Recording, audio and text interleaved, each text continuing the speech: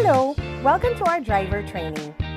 Bilang nangungunang ride-hailing platform sa Southeast Asia, ang Grab ay palaging naghahanap ng mga paraan upang magbigay ng mga bagong produkto at serbisyo. Ikinagagalak naming ipakilala ang isang serbisyo na magbibigay sa inyo ng mas malaking kita. Handa na ba kayo? Introducing GrabShare!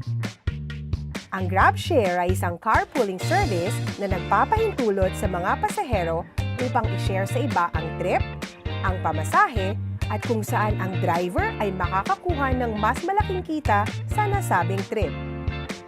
You can now pick up multiple passengers para i-maximize ang iyong biyahe at makakuha ng mas maraming pasahero mula sa isang lugar papunta sa magkalapit na destinasyon.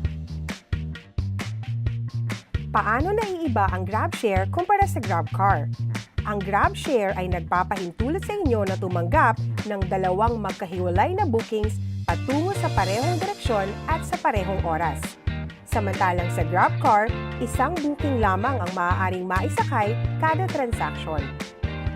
Sa GrabShare, makakatanggap kayo ng hanggang 2 pasahero on separate bookings.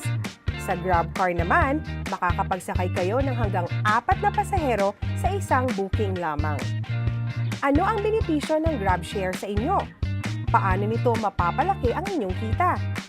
Pareho itong may benepisyo sa inyo at sa inyong mga pasahero. Maghahati sa pamasahe ang 2 pasahero na sakay mo at ikaw naman ay makakatanggap ng mas malaking kita sa bawat pasada. Excited to get started? Here's a step-by-step guide to start driving with GrabShare. Itap ang power on button. I-swipe ang available job sa kanan. Lilitaw ang GrabShare icon sa top left ng job card. Basahin ang pickup point at destination. Itap ang job card within 15 seconds para i-accept ang unang pasaherong si Tim Chong. Itap ang pickup address ng first passenger to navigate your way. Maaari ka nang makatanggap ng second booking bago pa makarating sa pickup location ni Tim o habang tinatahak ang drop-off location ni Tim. Tanggapin ang bagong booking ng ikalawang pasaherong si Edward. Now, pick up your passengers. Sundin ang pagkakasunod-sunod ng biyahe. Sa halimbawang ito, pick upin muna ang unang pasahero bago ang second rider. Hanggang 2 pasahero lamang ang pinapayagan sa bawat GrabShare ride. Passengers are not allowed to change destinations or add extra stops. Proceed to pick up your first passenger. Pindutin ang I'm here upang ipaalam sa unang pasahero na ikaw ay dumating na sa pickup point. Tawagan o i-chat ang pasahero na ikaw ay nasa pickup location na. Tap pick up kung nasa loob na ng sasakyan ang iyong unang pasahero.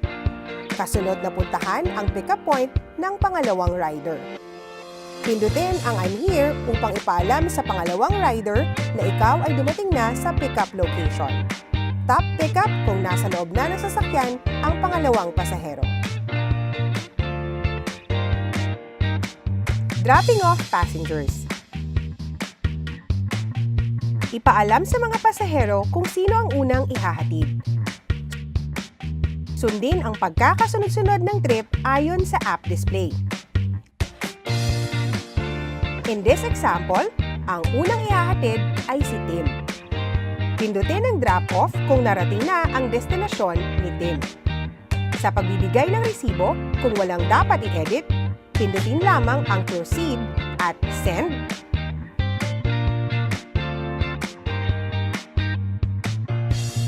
Hindi makakatanggap ng panibagong booking hanggat hindi na ibababa ang ikalawang pasahero. Ito ay ginawa upang siguraduhin na 2 stops lamang kada GrabShare ride. Sa ganitong paraan, lalaki ang iyong kita dahil sa 2 pasaherong naisakay sa iisang trip. Sa bahagi naman ng pasahero ay mas makakatipid at mapapadali ang kanilang biyahe. Paano kung nais mo munang mag-break pagkatapos mong maibaba ang ikalawang pasahero?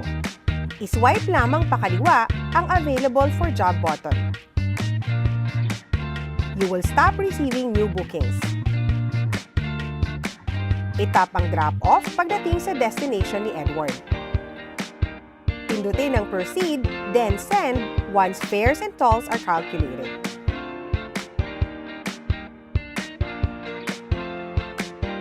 Your Available for Job status will be in off mode. Maaari ka nang mag-break. Enjoy! To start receiving new bookings, i-swipe ang Available for Job pakanan.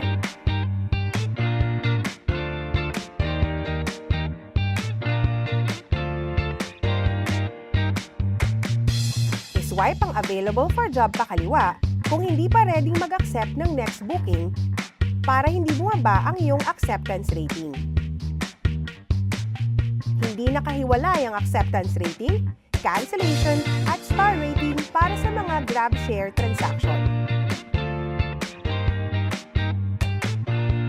May mga pagkakataon na isang pasahero lamang ang makukuha sa GrabShare booking.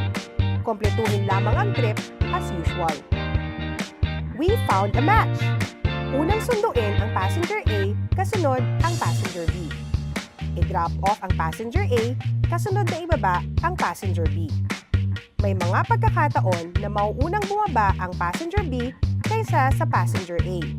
Sundin ang drop-off sequence na nakikita sa app dahil nahanap na ng system ang pinakamabilis at pinakamagandang ruta para sa dalawang pasahero.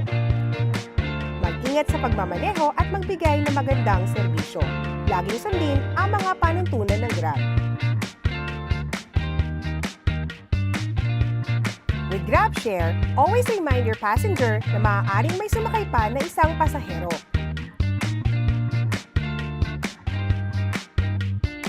Ipaalam sa mga pasahero ang drop-off sequence base sa app para alam ng lahat kung sino ang unang ihahatid.